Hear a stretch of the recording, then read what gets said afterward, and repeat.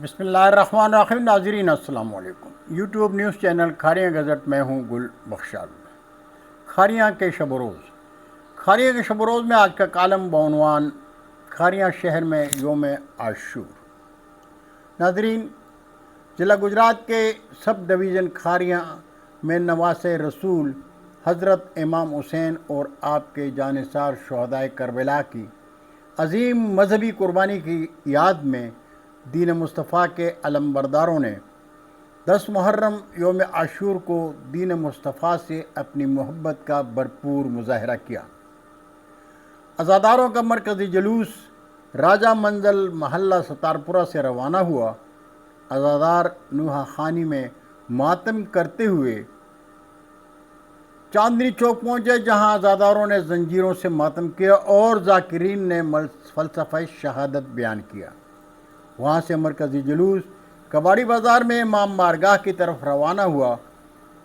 کھاریاں کے مومن شہریوں نے شہر بھر میں دودھ شربت کی سبیلیں لگائیں اور لنگر تقسیم کرتے رہے.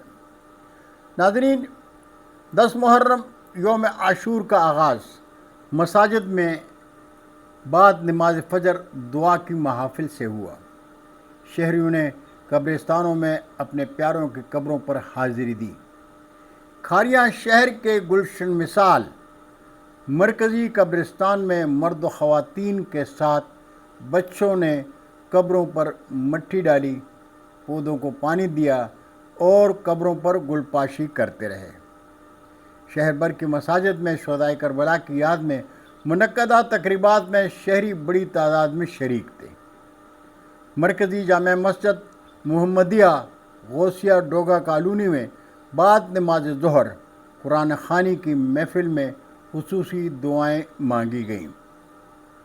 ناظرین، سنی علماء کونسل کھاریاں کے زیر اہتمام مظہر ٹاؤن گلیانہ روڈ کی جامع مسجد مرکز تاجدار ختم نبوت میں سالانہ شہید اعظم کانفرنس میں شہر بھر کے ممتاز علماء کرام کے ساتھ شہری بڑی تعداد میں شریک تھے.